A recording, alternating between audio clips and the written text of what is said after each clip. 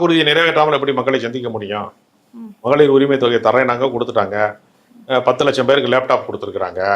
இப்போ இன்னும் 35 லட்சம் பேருக்கு நாங்கள் கொடுக்குறோம்னு சொல்லியிருக்காங்க. அரசு கல்லூரியில் ஒய்ஃபை வசதியை வந்து ஏற்படுத்தி தர வேண்டும்னு சொல்லியிருக்கிறாங்க. நிறைய ஆரம்ப சுகாதார நிலையங்களை அதிகப்படுத்தணும்னு சொல்லியிருக்கிறாங்க. அதே மாதிரி வந்து டயாலிசிஸ் செய்யக்கூடிய அதெல்லாம் வந்து சென்டர்லாம் அதிகப்படுத்தணும் அப்படின்னு சொல்லியிருக்கிறாங்க. அது மாதிரி பல நோய்களுக்கான மருத்துவ வசதிகளில் கட்டமைப்பெல்லாம் விரிவுபடுத்தணும் அப்படிங்கிற மாதிரி சொல்லியிருக்காங்க. இதெல்லாம் மக்களுக்கு நிறைவேற்றினா தான், ஏழை எளிய மக்களுக்கான இந்த கோரிக்கையெல்லாம் நிறைவேற்றினா தான் மீண்டும் வந்து ஆட்சி அதிகாரத்திலே அமர முடியும். அதனால் இது வந்து சாமானிய மக்கள் பயனாளிகளாக இருக்கிறார்கள். அந்த பயனாளிகள் வாக்காளர்களாக இருக்கிறாங்க.